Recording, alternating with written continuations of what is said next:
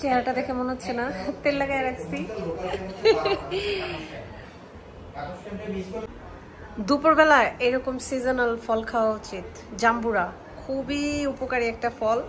আমি খালি সবকিছু উপকারী উপকারী বলি, তার একটা কারণ আছে, আসলেই উপকারী। মুখের স্বাদ বাড়ায়, সাথে হচ্ছে এই সময় যাদের জ্বর সর্দি কাশি হাবি যাবি তারা যদি একটু ঝাল করে এই জাম্বুরাটা বানায় খায় তাহলে কিন্তু মুখের স্বাদ ফিরে আসবে। আর জাম্বুরাটা লাকিলি অনেক ভালো পড়ছে। জাম্বুরা দুপুরে খাইতে হবে বেশি করে জাম্বুরা বানানি। লবণ, সরিষার তেল আর কাঁচামরিচ দিয়ে একদম মাখো মাখো করে নিয়েছি।